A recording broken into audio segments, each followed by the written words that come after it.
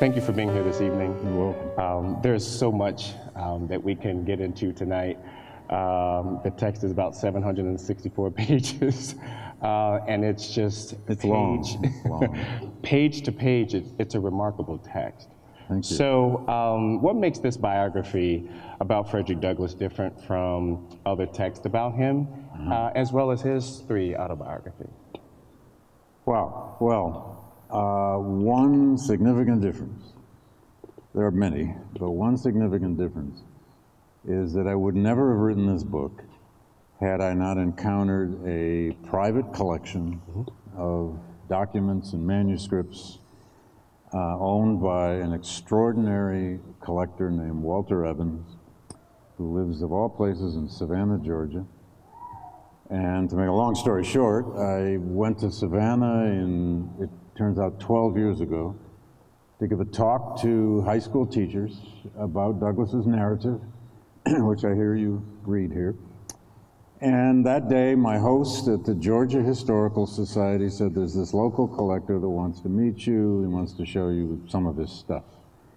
And I probably had that reaction of, all right.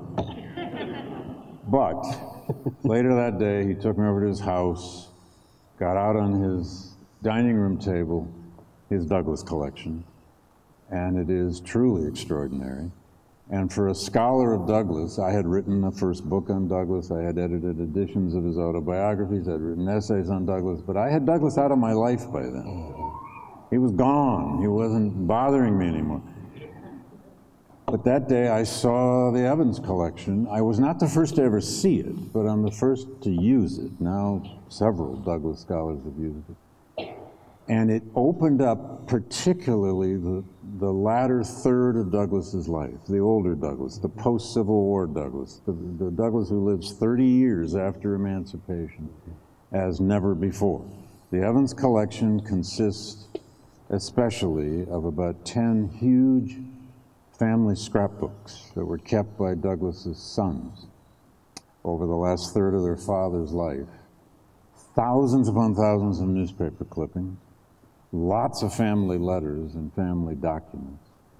But it particularly opens a window into this older Douglass, the patriarch, the man who led a huge extended family of 4 surviving adult children, 21 grandchildren, at least 3 fictive siblings who adopted him or he adopted them, and a variety of other hangers-on who were all dependent on him financially.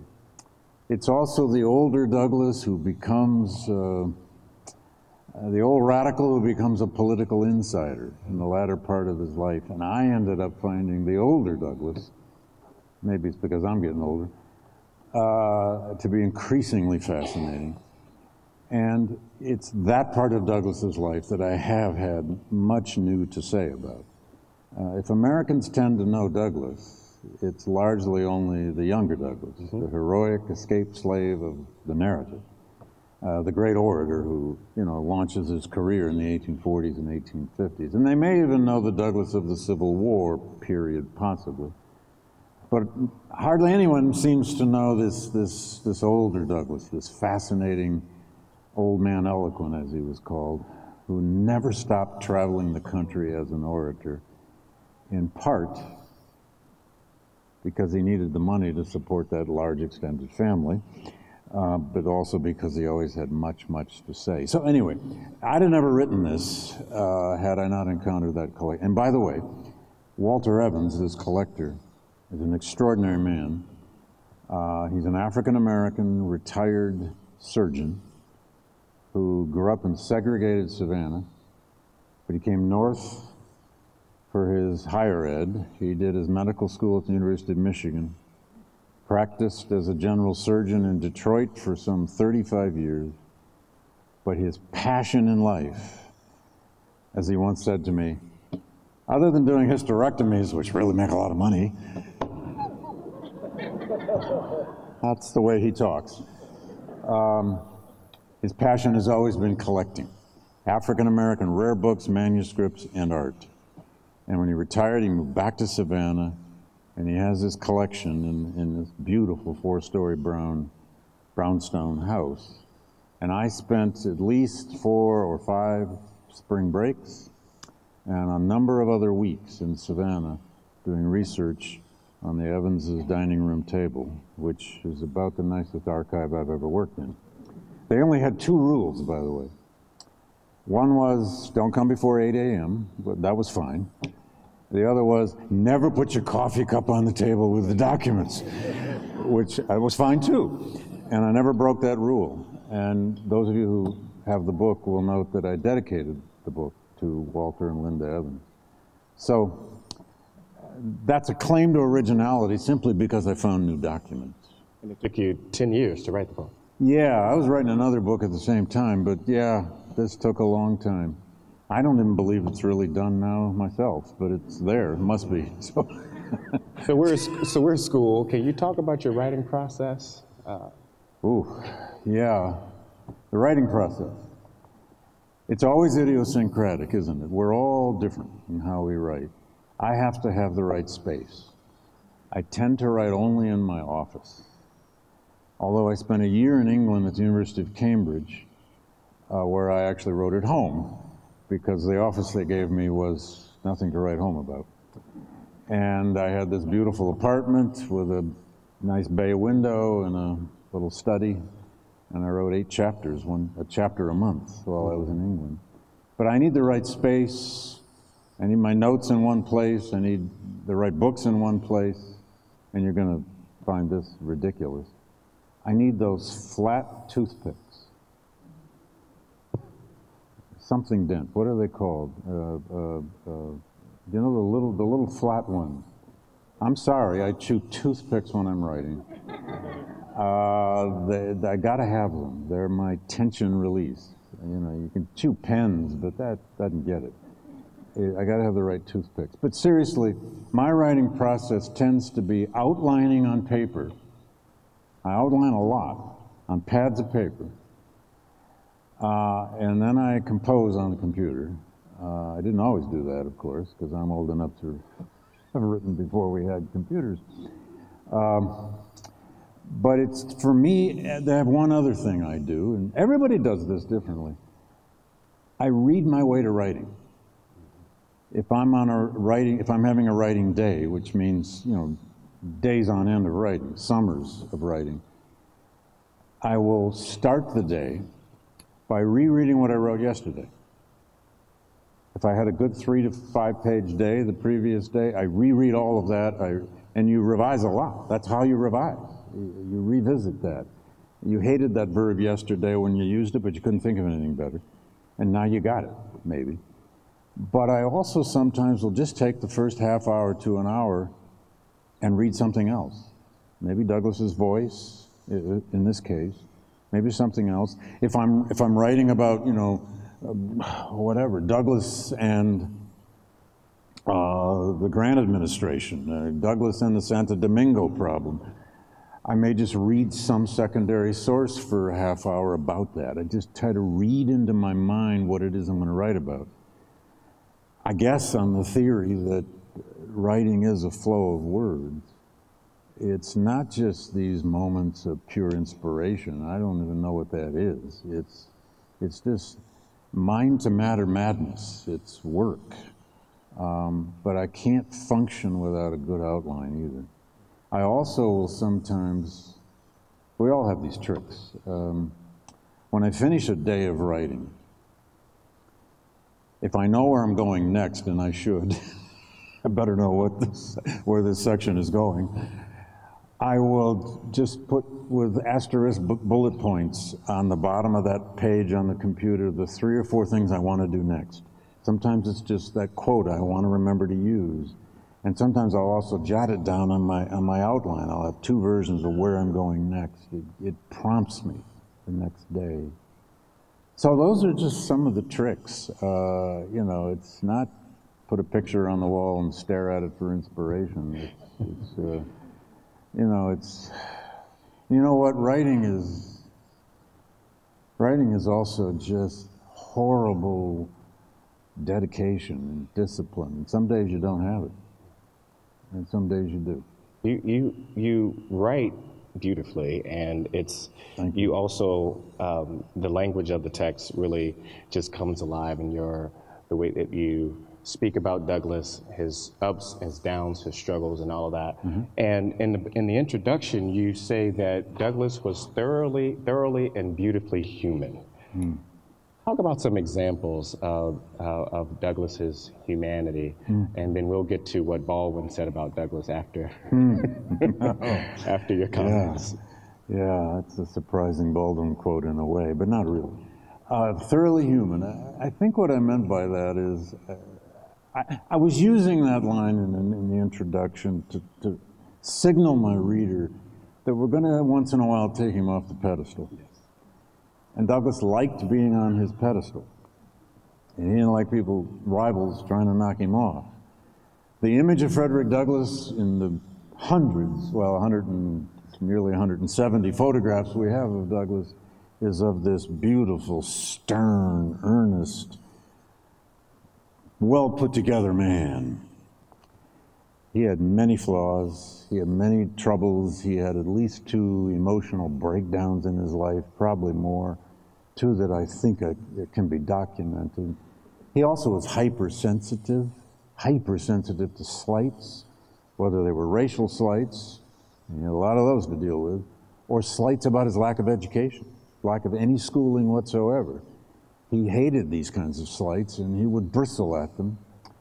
He also had a certain degree of insecurity at times, deep insecurity about his prowess as a writer, until he developed an amazing skill as a writer. But he didn't walk out of slavery a writer. He walked out of slavery the beginnings of an orator, but not a writer yet. He needed help with that. We all did. None of us walked out of the womb a writer, I don't think. If anybody can prove that somebody can do that, you got a Nobel coming. But he also was deeply human in his ambition and his struggles and the pain of that struggle to achieve. He achieved more than he could ever have imagined when he was young. But he also became the father of 3 adult sons and 1 adult daughter who struggled like the dickens to make a living, to live their lives, to keep their families together.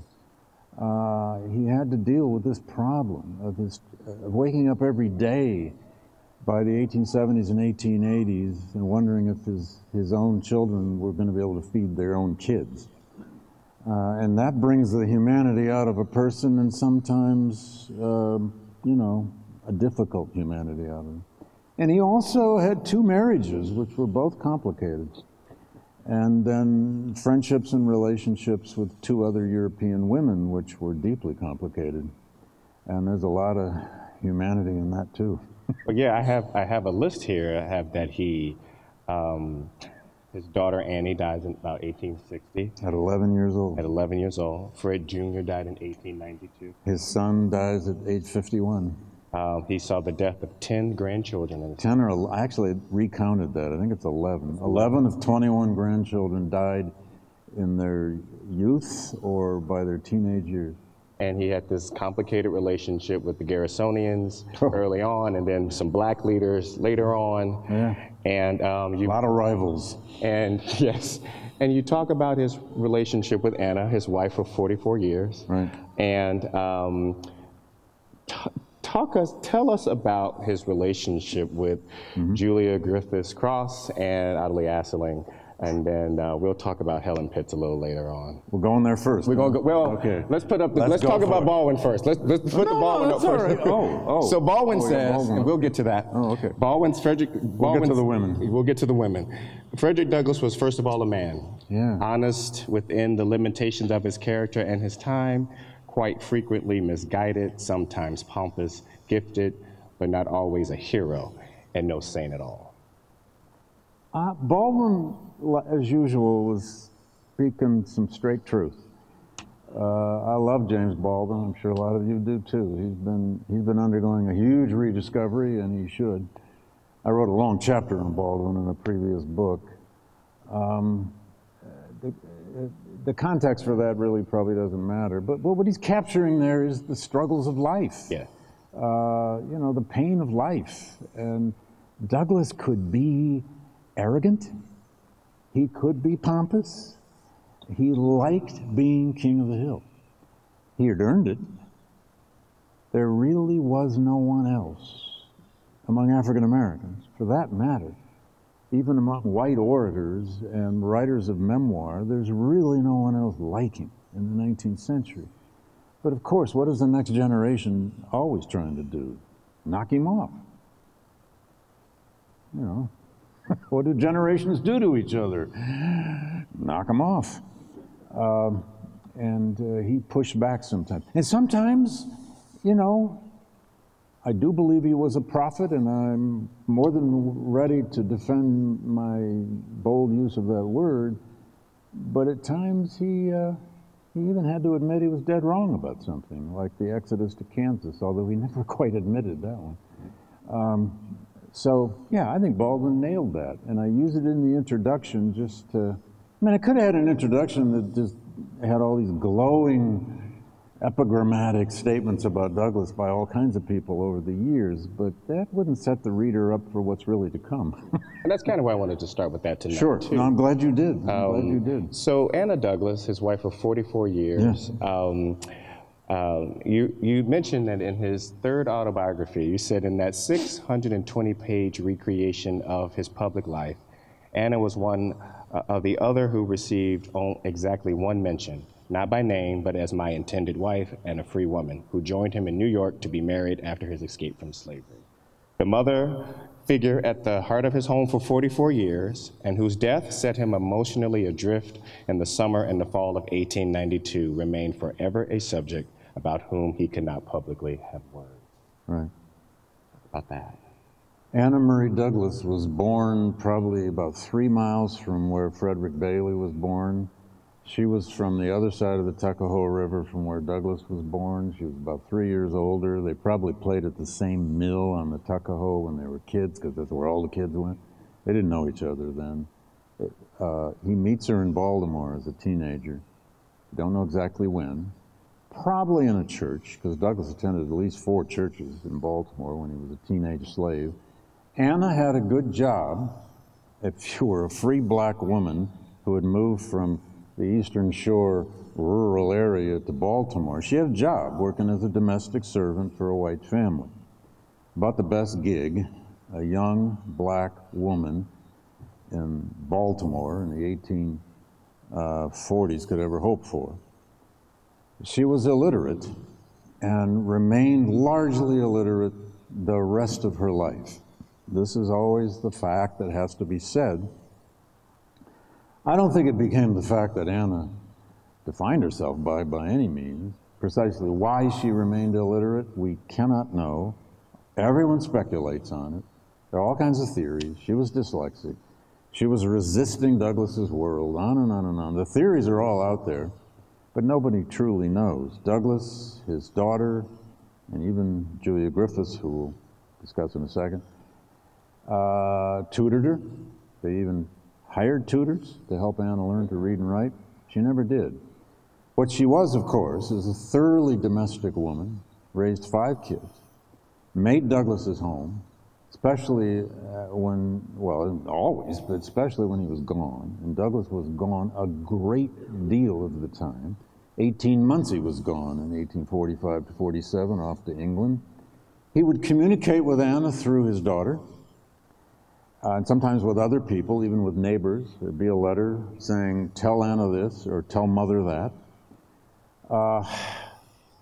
With time it became, there's enough evidence of this for sure, a difficult marriage, because with time the greatest African-American intellectual writer, personality, whatever you want, of the 19th century, who lived a life with a tremendous trouble with fame, was married to a woman he could not and largely did not share his professional world. Anna almost never traveled with him. She did travel once.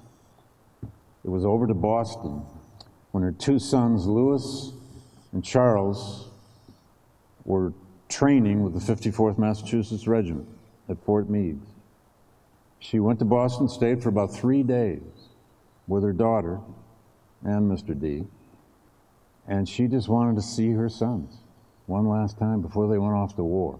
We don't even really know what Anna thought about Douglass recruiting those boys into the Army. I have in my imagination, I don't know that this is true at all, but if some screenwriter ever gets to make this into a movie, and there are a bunch of them supposedly trying, but don't hold your breath, imagine writing a script for Anna. Right. You just did what? Oh, Frederick. They not only can be killed, they can be enslaved. I want her reading him the riot act on that, even though he's not going to change his mind, but I'm not the screenwriter. We don't know what she would have said to him when he returned from England and Annie had died. Did she meet him at the door and say, "I'll show you the grave"? We don't know. She was famous for her garden, her orchards, her Maryland biscuits. People would send her recipes. But she was not part of his public life. But when she died, after a whole series of illnesses and strokes in 1882, he came apart for at least a few months. He went by himself up to Poland Springs, Maine. You've all had Poland Springs bottles in your hands, right? Poland Springs at that point was a resort. Douglass went up there and stayed either at the resort hotel, although there's one letter where he's inquiring with a farmer about, he may have stayed in a farmhouse by himself to just grieve. And thankfully, he wrote a bunch of letters to his daughter and his sons while he was there about that grief. Anna had been, as he said, the post of his house, post of his home. But we should not have any fuzzy imaginations about this. It was, with time, a difficult marriage. Now, we can learn about Anna, and I've done my best in here, from other sources.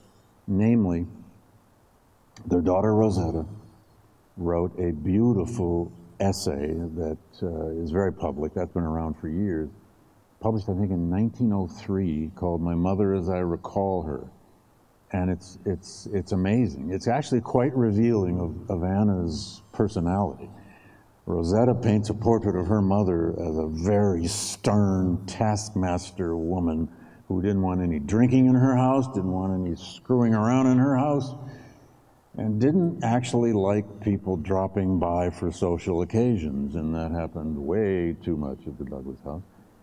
But also, there's just some beautiful lines in it about how, you know, father came home from England, Rosetta says, and he'd been gone 18 months. They're living in Lynn, Massachusetts, in essentially a cabin. There are 3 kids now. 3. And Rosetta remembered father saying, "Are you able to pay the bills? How are the accounts?" Rosetta says, mother went to the bureau, pulled out the bank book, the account book, put it in front of her husband and said, "It's balanced." Anna could do the numbers. And the reason Anna could at that point is she had taken a job as a shoe binder in Lynn. She'd also taken in wash from her neighbors. She was making money. We also learn about Anna in the Evans collection. There are 2 priceless handwritten narratives by 2 of the sons entitled "Growing Up in the Douglass Household." They exist nowhere else but in that collection. And they're also amazing. They're very celebratory of the 2 parents and so on and so forth. But there's a lot of revealing stuff in there too about the personality of their mother. So there are ways to get at Anna, but not enough. And she will forever be a bit of a mystery, especially at times. On the other hand, she endured, and what she endured. So many moves, so many changes, so many hundreds and hundreds and hundreds of long 3- and 4-month lecture tours by her husband, way out in the Middle West, for that matter, even to the plains, and not always knowing exactly even when he'd come back, or if he'd come back.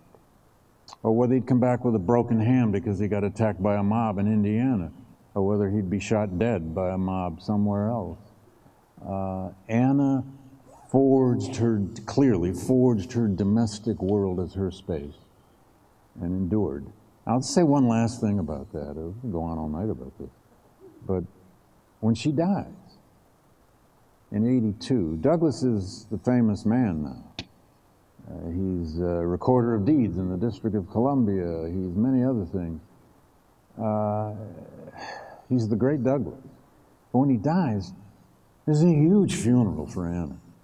And all the other black leaders of the D.C. area elbow each other out of the way to be pallbearers at Douglass's wife's funeral. And the press, in eulogy after eulogy, write eulogies of Anna Murray Douglass, but they're almost all about him. They're about what a great wife she was for the great man. If you want to read into the world of gender in the 19th century, read the obituaries of Anna Douglass. Because they didn't know what else to say about her. She was extraordinarily private. Anyway, I'll leave I have that a there couple for of moment. photos.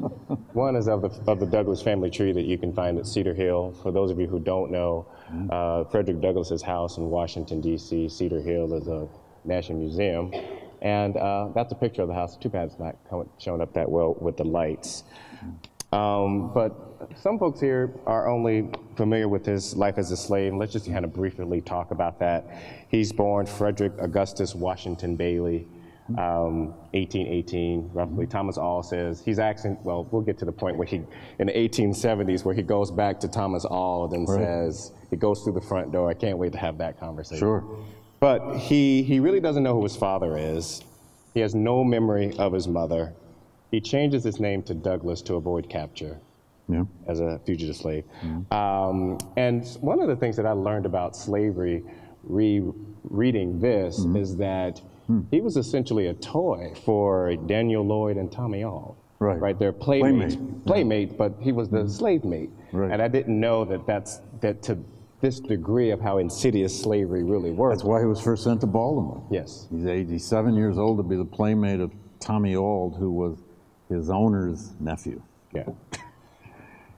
So he made the best of it. He did, and you write about this, especially when he goes to your commentary about him at Covey's, like that his body was enslaved, but his mind was free.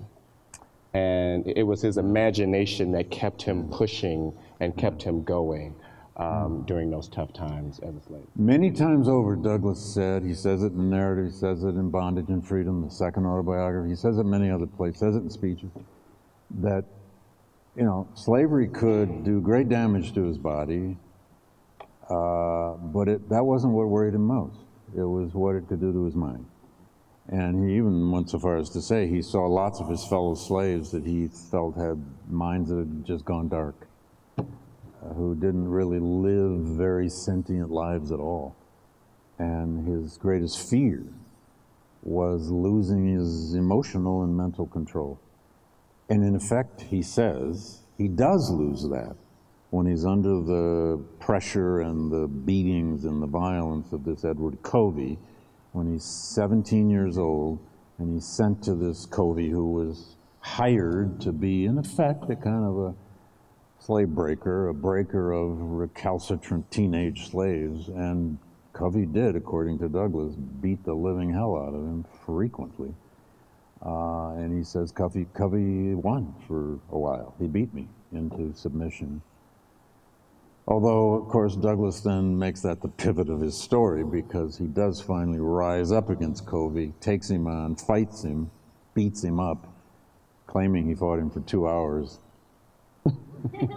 You also refer to Douglass as a gifted artist. He's a very gifted writer, and man, he's got you on the edge of your seat there wondering, you know, how long is it going to take to beat this guy up? You know, and did you really have 2 hours? You'd have killed him in 2 hours. But then, of course, he uses that as the pivot of the narrative. If you've read it, you know that. It starts with the line, I've shown you how a man was made a slave, I will now show you how a slave became a man. That's the male narrative of resurrection through violence, through self-defense. But it also, his time with Covey gave us some of his most beautiful writing of that still young part of his life, those metaphors of the sailing ships on the Chesapeake being his imagery of freedom, wishing he was on one of their gallant decks as they fly around the world. I mean, God, you're reading that and you think, this is a novel. Unless you go to Covey's farm and stand out on that ridge, as I have done, and you look out on the Chesapeake Bay on a beautiful day in July, and there they are, white sailing ships. And you realize, as I did the first time I saw it, oh my God, he didn't make that up. That's not just a metaphor. Douglass developed that amazing product of hard work, but nevertheless amazing ability to find in language the emotion, the experience, the nature of enslavement, and many, many other experiences and emotions. But it's early on that he discovers that he's good at language. And that's going to be, in effect, the only weapon he ever had. 1877, he goes back to Thomas Auld. Yeah. Frederick Douglass is a 60-year-old man. Yeah. And a local reporter mentions that it was the first time that a black man had ever entered the home in St. Michael's by the front door as an honored guest. This is a striking contrast to how Douglass leaves the home as a runaway slave, and he goes back through the front door. I think that same reporter used language, as you may remember from reading it, saying, you know, he left an N-word and came back, you know, well, yeah. Yes. He returns, his first return to the Eastern Shore since 1838 when he escaped, is to visit what he thought was the deathbed of his former owner, Thomas Auld. Turns out Auld lived another year in St. Michael's. They had about a 25-minute encounter. Paparazzi in tow. The press is with him. And Douglass went in part to ask Auld, "Are you my father?" He tells us that. And Auld didn't say yes. It's one of the reasons I don't think Auld is the father, but I can't prove it. I don't know. Nobody knows. We speculate that it's Aaron Anthony. I speculated more likely to be Aaron Anthony, but still we don't know. Although there are people working now to do DNA testing to try to figure this out. I'm just glad it wasn't done before I got the book done. Seriously, because if Douglass didn't know, I didn't want to know. I wanted to keep that in historical time. But anyway, yeah, he has this encounter with Auld, and it's a remarkable encounter. They both wept, according to Douglass. Auld called him Marshal Douglass because he was Marshal of the District of Columbia, and Douglass says, "Nah, Frederick to you." I don't know if he called him Thomas, but anyway, they had this encounter. It's old slave owner and old slave. By that time, though, this is extremely important stuff to Douglass. He's trying to figure out who he is. He's trying to figure out who his father was, who he comes from, who his white kin are. And by then, he's actually made close friends with Amanda and Benjamin Auld, who were Auld's son and daughter. Well, friends. They weren't really close, but they corresponded with one another and so on. Douglass is trying to figure out, are these people partly my kin? And always that is across the tortured barrier of having been enslaved by these people, and not to mention, always across that tortured realization that his own birth is probably the result of the sexual violence of a white man against his own mother. Exactly who that white man is partly who he's trying to figure out. So he'll have a number of other returns to the Eastern Shore, none more poignant than that one. But you're right about him doing this as a way to handle his rage and his anger. Yes. To forgive what was done to him. Frederick Douglass said, and he was criticized for this, he says, Auld was no longer a slaveholder to me either in fact or in spirit. There was a lot on the black press who didn't like that. They didn't like and he got hammered for that.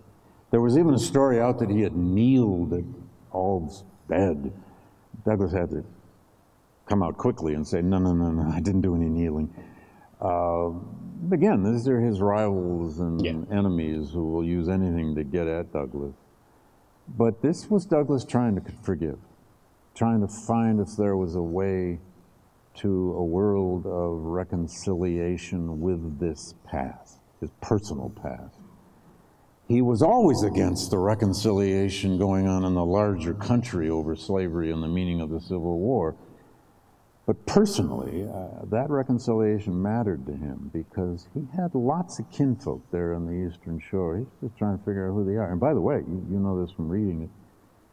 On that same visit, he went over to Easton, Maryland. He gave 2 speeches in black churches, and he rented a carriage and went out to the bend in the Tuckahoe River, which is only a couple miles out of town, walked out through the field, looked for a certain cedar tree that he thought he could remember where his grandma's cabin was, kneeled on the ground in a cold day in November, scooped up handfuls of soil, put it in a sack, and took it back to Washington with him as though he was trying to save some soil from where he was born.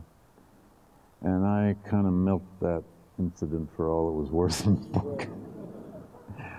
Yeah, you say too that all looks at him and said, Frederick, I always knew you were too smart to be a slave. Yeah, if all didn't say that, it's a good line. And that's Douglass the writer again. We can't be too sure, but I don't doubt that all probably said something like that. I mean, look at you, man. You got this big fancy job in the District of Columbia now. You must be something. So he goes, he's a celebrity, and he's the most traveled, one of the most traveled Americans at the time, he and Mark Twain, I believe that's what you write in the book. He's one of the most photographed Americans at the time, about 160, 170 photographs. Gave 10, you say countless, but tens of thousands of speeches. And you talk about his grueling schedule, but as a public figure, when Anna dies, 1882, he marries Helen Pitts, 1884. She's a white woman, and the press just everyone just really went nuts. They went crazy with it. It's the most scandalous marriage of the 19th century, bar none. I don't know what other one you could point to. The most famous black man in the world marries a white woman 20 years younger. Helen Pitts was a woman from Western New York, grew up in a very serious abolitionist family, had a great education. She went to Mount Holyoke College. She, during the Civil War, worked in contraband camps in Washington, D.C. as a teacher and a nurse. She caught malaria, had to go home, wanted to go back. They wouldn't let her because she was so sick. She had real abolitionist credentials. She came to Washington after the war, which a lot of people did, to get jobs. And here she was, this highly educated young woman, trying to find a job or make a career. She lived with her uncle, but one of the jobs she got was as one of the clerks. She worked for Douglass in the Recorder of Deeds office as one of the 8 people he could hire. The first 4 were his 3 sons and his daughter. We'll leave that to the book. Right. There's one paragraph in there like, this is not good, what's happening here. He gets hammered in the press, black and white press, for nepotism, and he ends up finally coming clean publicly and saying, I hired my kids because they need jobs. And you go through the accounting, too. Oh, I have the account books that show how badly they needed jobs. But Helen also worked at the desk right next to Rosetta, and they were almost the same age. She's a year older or something. Anyway, on a day in February 1884, a reporter walks into the office and says to Rosetta late in the afternoon, did you realize your father just bought a marriage license down the hall here today? It's City Hall. And Rosetta must have said something like, what? Within an hour or two, they all learned that he and Helen had very privately been married in the home of Francis Grimke, African-American minister, who was very close friends with Douglass.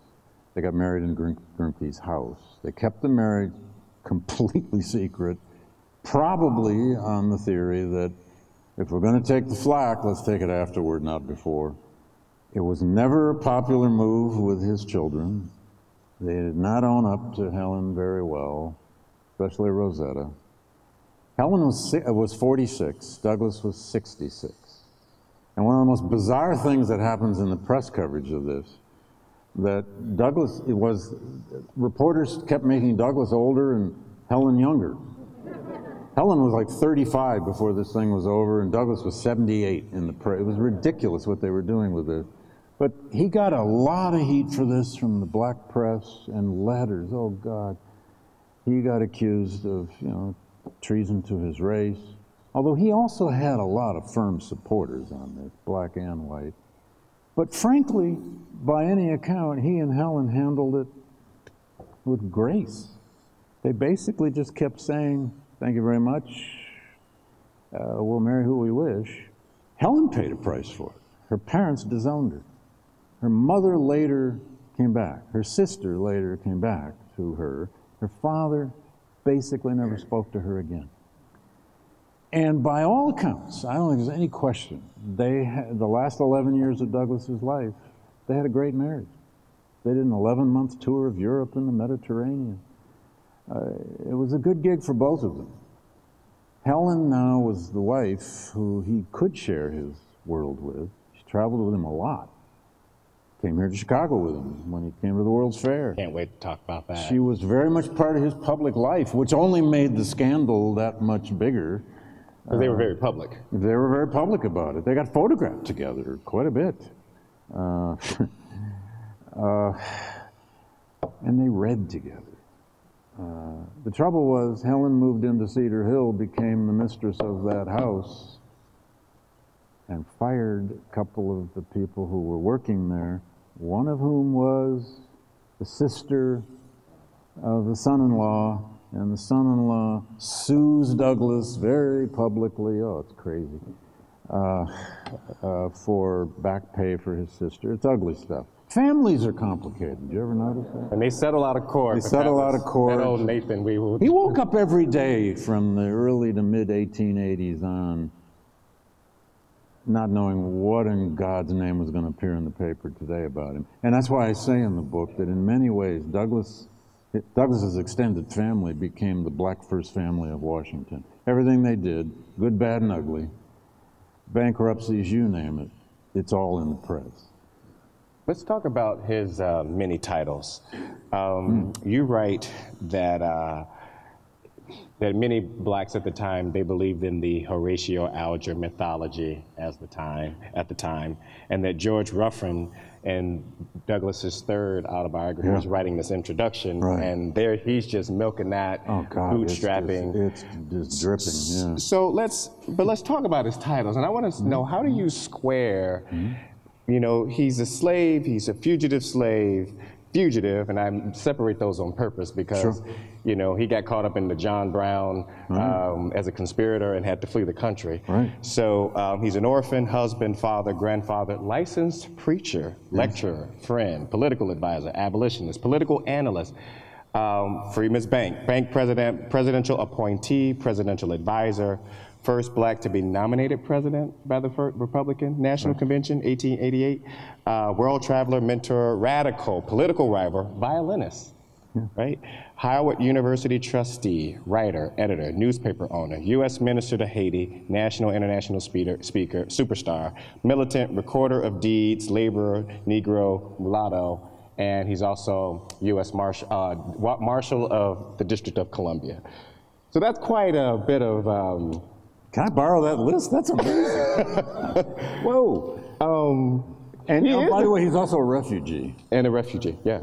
So for today's purpose, he is kind of the he's kind of the black Horatio Alger. But if you want, how do you square that with the myth of meritocracy in this country and of his time?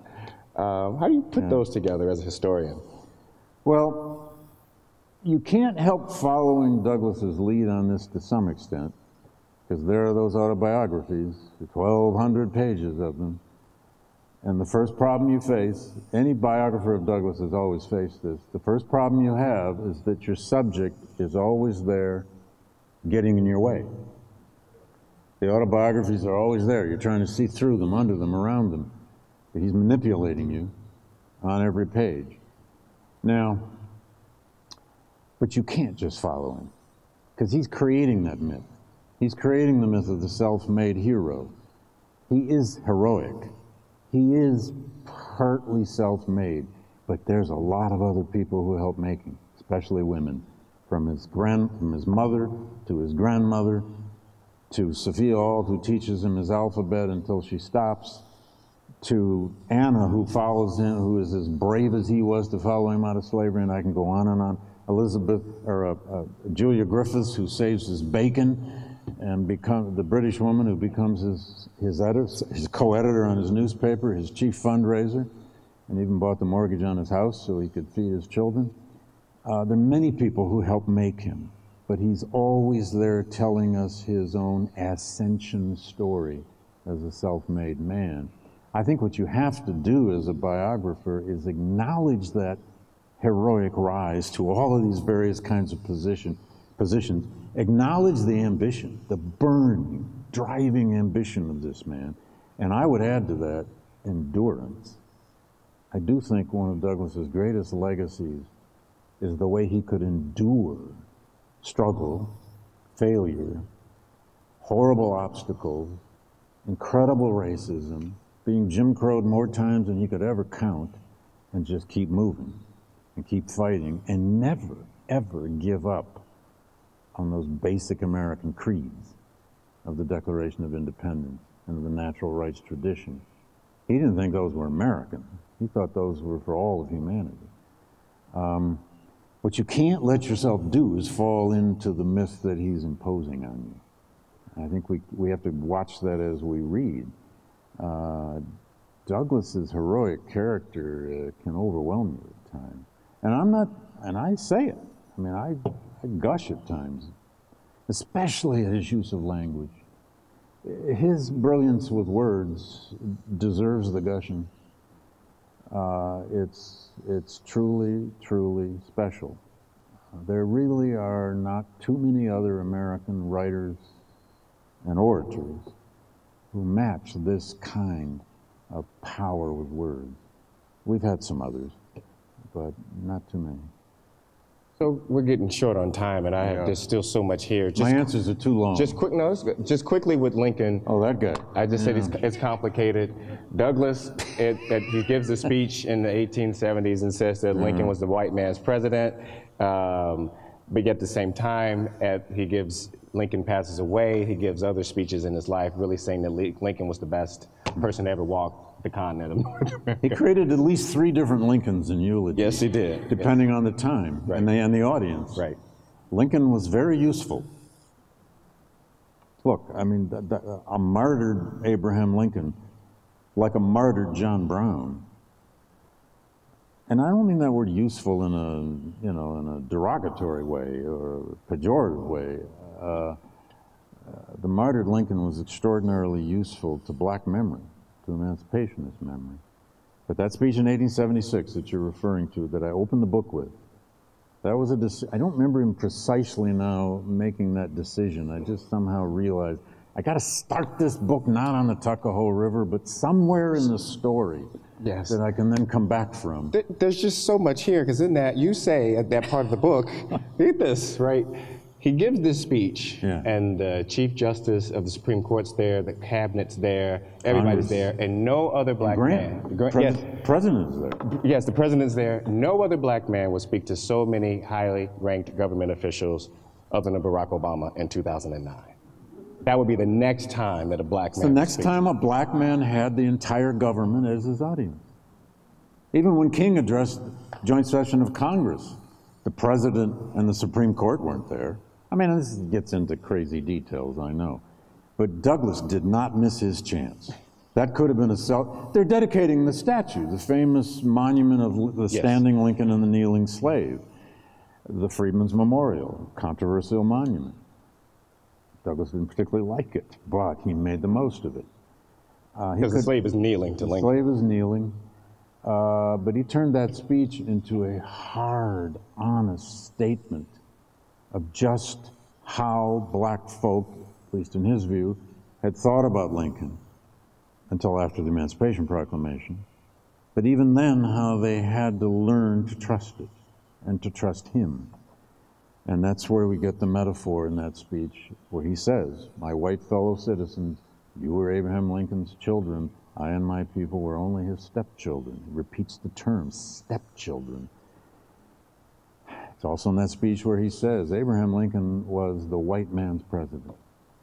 But then in the second half of the speech, brilliantly, Douglass, he so often did this kind of thing. He just made you hurt and squirm in the first part of the speech. And then in the end, he would bring you back up a little bit and give you a reason to still hope. In the second half of that speech, he says, but we had to realize and learn that Lincoln's caution on emancipation probably was the only way it could have been accomplished. And he uses a refrain, under his rule and in due time. He uses it 3 times. Under his rule and in due time, we became free. So that speech has got 2 parts. And I looked in vain, by the way, in the Grant papers. I want to know, what did Grant think of that speech? He's sitting right there. Well, you said all the white people were squirming in their seats. Well, they should have been. I wanted to know what Grant thought. Maybe Grant took a nap, I don't know. But I couldn't find anywhere in Grant's papers what he thought of that speech that day. So you also give, I don't want to call it a definition of racism, but it's the anatomy of racism, I think, where you say racism is sometimes a political maneuver, a strategic position in the face of vicious opposition, a habit of mind entailed upon one's soul, or a structural or institutional force beyond the grasp of individuals. That's pretty good. I think that's a really good definition of racism. And so, I'm going to use that again. I think you should. It's page 3. I think you should. Okay. Brian Stevenson says, yeah, slavery didn't end in 1865, it just evolved. What are your thoughts about the language in the 13th Amendment and this phenomenon of mass incarceration? Oh, yeah. And we're getting ready, we're closing, because I know we're over time. But. Whoa, the 13th, yes. Simple little amendment. First sentence, end slavery forever. Second sentence says, well, except for imprisonment. Yes. And the second sentence just says, Congress shall have the power to pass all necessary legislation to enforce this. I think sometimes we give the 13th Amendment a bad rap. A lot of what has happened, there's no question, incarceration for crime or whatever you want to call it is certainly made legal in the 13th Amendment, no question.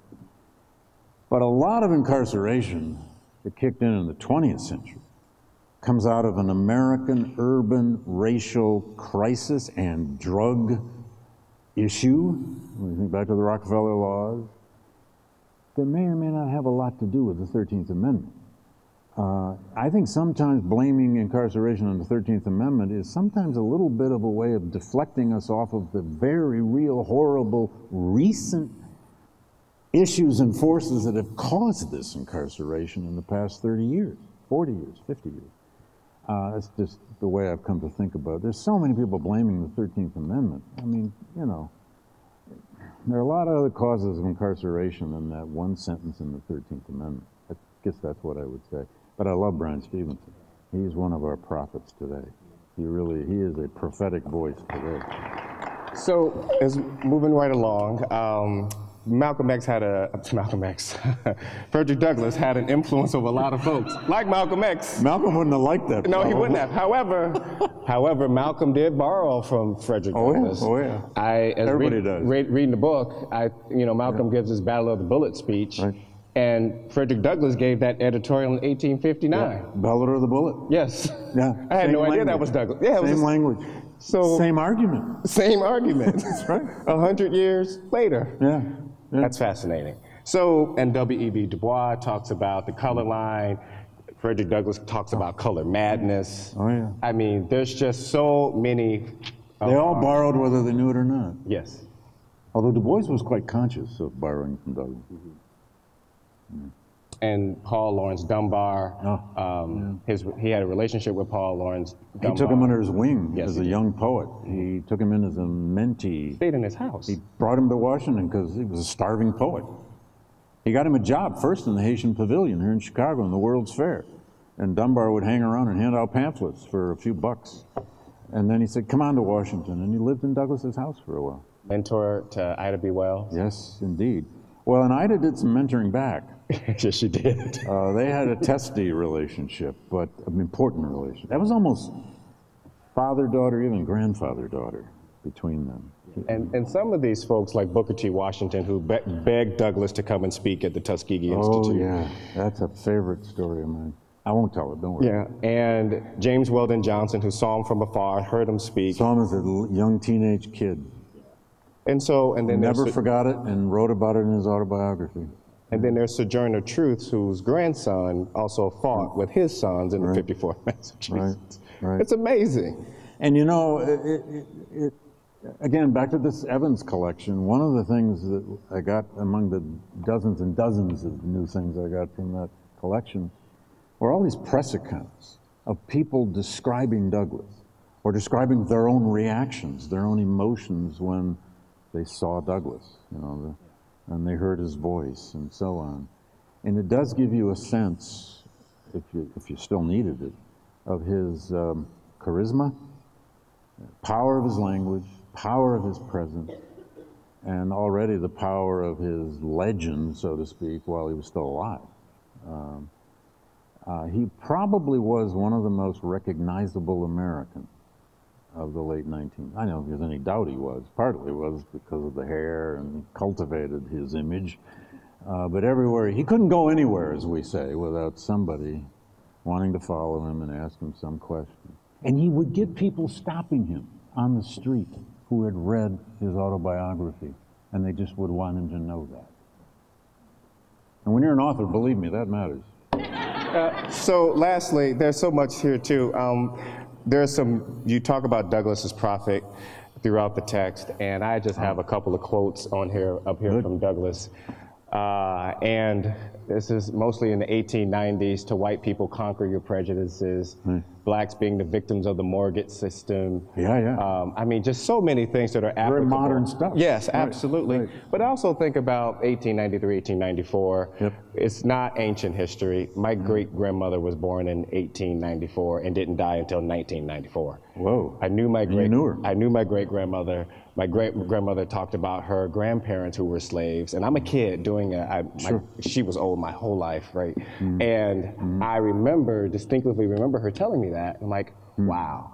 Me as a 13, 14-year-old kid having a conversation with my great-grandmother about her grandparents who were slaves was profound.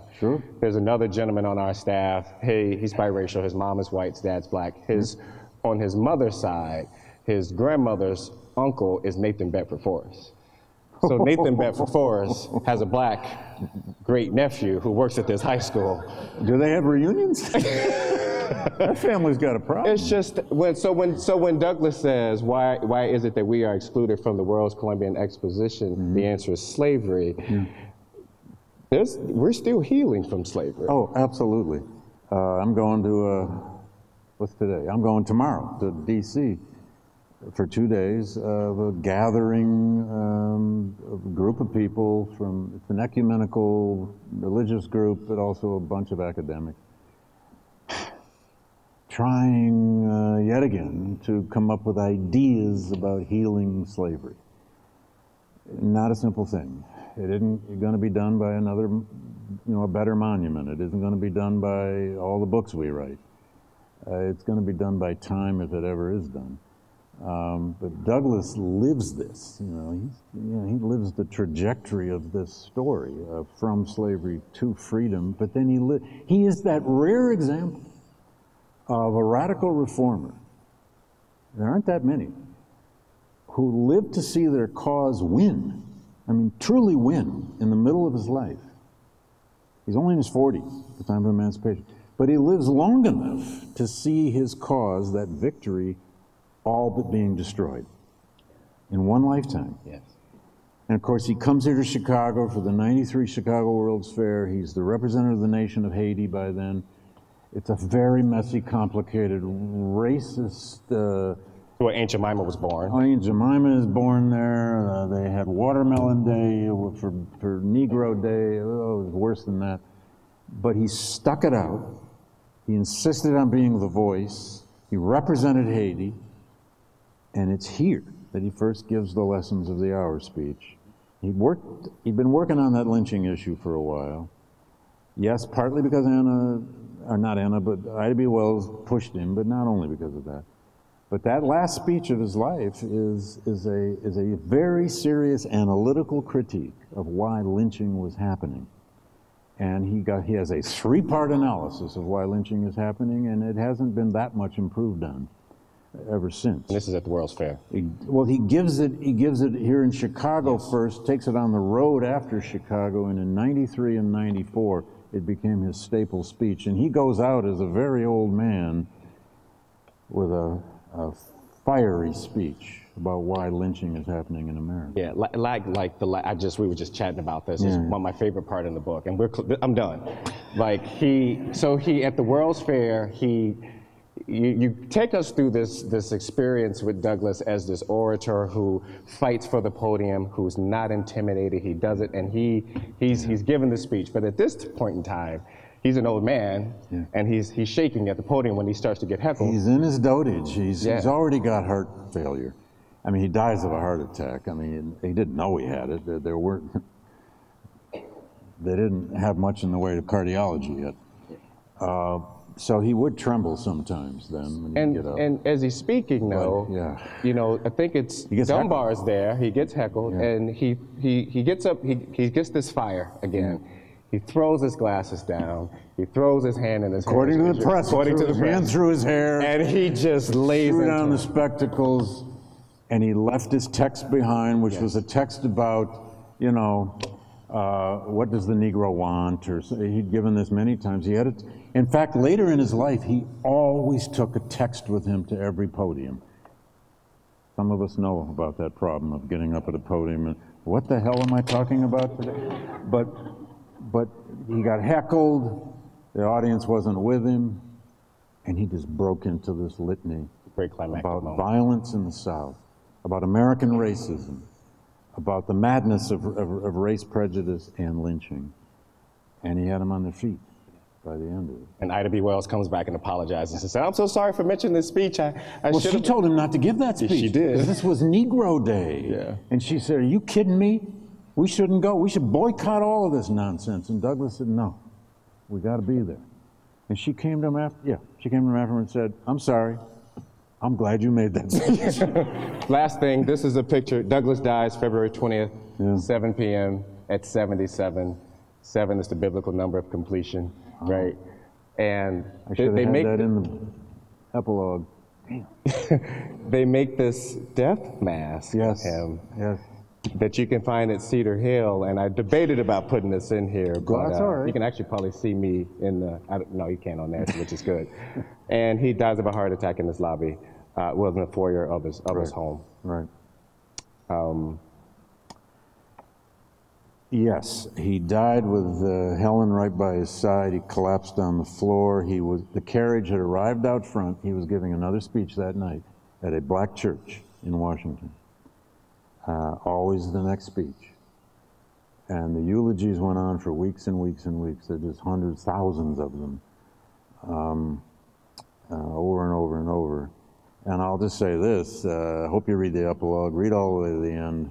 No spoiler alerts, but a lot of poets weighed in on Douglass, and I couldn't resist using a few of them. I also couldn't resist that story about Rock of Ages, but that's a spoiler alert, I won't go there.